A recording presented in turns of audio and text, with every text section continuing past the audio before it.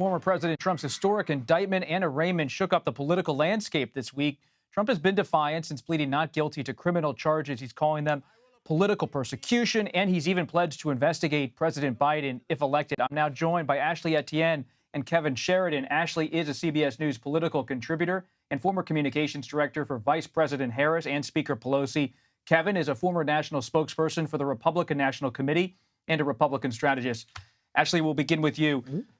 Democrats, do they focus now on the Trump charges or still just mostly focus on the economy, abortion rights, and some of those issues? Well, the president will not be focusing on Trump's charges. I mean, he's made that very clear. It's not in their interest to do it, right? They're just going to let this play its course, run its course. But there are folks in the Democratic Party from leadership on down in the external apparatus that are definitely going to be making hay out of these indictments. I mean, the whole point is to remind the American public this is what you're going to get with Donald Trump. Right. I love the Wall Street Journal piece where they sort of said this is a pattern of self-destruction on the part of the president.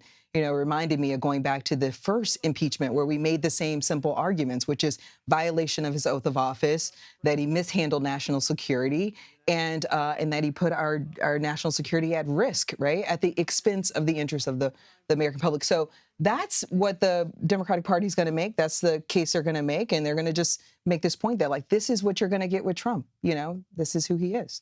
Will Republicans mostly try to sidestep the legal challenges for Trump, or do they have to take it head on as it continues to become an issue for the former president? I think you saw some of the House members, Kevin McCarthy and his House, really leaning into it and saying they're with Trump, and they're calling it a witch hunt. Then you've got the other presidential candidates kind of on one spectrum. You've got Chris Christie calling him a liar or calling him a failure and a loser, and then on the other side, Vivek Ramaswamy saying, we all need to pardon him if we all need to take a pledge to pardon him. So the Republican Party is kind of all over the place. Nobody's really condoning what he did. I haven't heard, but there's definitely a kind of an appetite to say there's two tiers of justice here.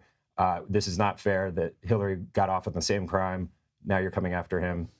The political case is much better for Republicans than probably the legal case is for Donald Trump. Ashley, what do you make of former New Jersey Governor Chris Christie? He's punching up at Trump politically. Yeah. Do Democrats at a hh level think someone else could break through, or is it all about preparing for Trump as a nominee? I mean, I think the cumulative effect of having all the candidates lean in on Trump is going to have an impact at some point, especially as more indictments start to come down, Georgia, others.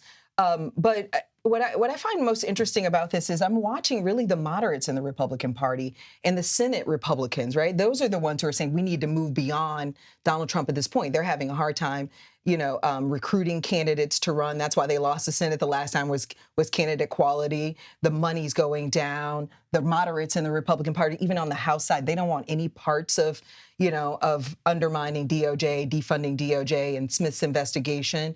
So I think it's going to be interesting to see where Republicans fall. I mean, it's really their battle. It's their battle to fight. And Democrats are going to continue to sort of run their race while reminding the American people, like, this is what you get with Donald Trump. Do you want more of it is the question. When you're talking to Republican campaigns and top Republican leaders, how are they talking about President Biden? How are they going to frame him up for 2024? If there's one issue they really want to go at a swing voter on the president, what would it be? He's too old. He's too old, and he's failed on everything that he promised to do. You really think the age issue breaks through?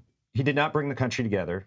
He did not, by every metric, he's underwater. He's underwater on the economy, on foreign policy, you name it, immigration, crime. So there's there's a lot to go after there. Depending on who the candidate actually turns out to be, I think if it's Ron DeSantis, he's going to lean into his Florida record. He's going to lean into, gutting the DOJ and FBI and starting over. He's going to put out some bold policy ideas. But yeah, on Biden, I think that recipe is pretty well established. What they're going to go after. He's too old, and he's been a failure. What's interesting? What are they going to say, though? So I don't mean to, yeah. On the age issue, Sure. You've been inside this White House. Yeah. How are they going to handle this? I mean, the way they've been handling it, which is like, don't compare me to the almighty, compare me to the alternative, and it's still looking good for the president. I was just struck by a recent CBS poll that showed that 90% of Republicans in the primary voters want the president to talk about something other than himself. and other than his grievances. They want the party to get back to issues like inflation, crime. What are they going to do on real policy issues that are impacting people's lives? So I think there's going to be some groundswell pressure on the Republican Party, and then some pressure coming down from the top to squeeze out, ideally, Donald Trump and really refocus the party on policies that matter. And final thing here, we only have about a minute left. What's one thing to watch in politics this summer? Well, who the attention is on. Is the focus going to be all on Donald Trump all summer long? Because anytime that it's on the candidate, whether it's on Donald Trump or it's on Joe Biden, that's when they go down. Real quick. I think we should focus all of our attention on independent voters. Those are going to be the ones that are going to decide the race. I would spend as much time, if I'm the president or you or anyone else, engaging those folks to determine which direction they're going to head in the next election. Excellent. We're going to leave it there for America Decides. Ashley Etienne and Kevin Sheridan, we really appreciate you taking the time.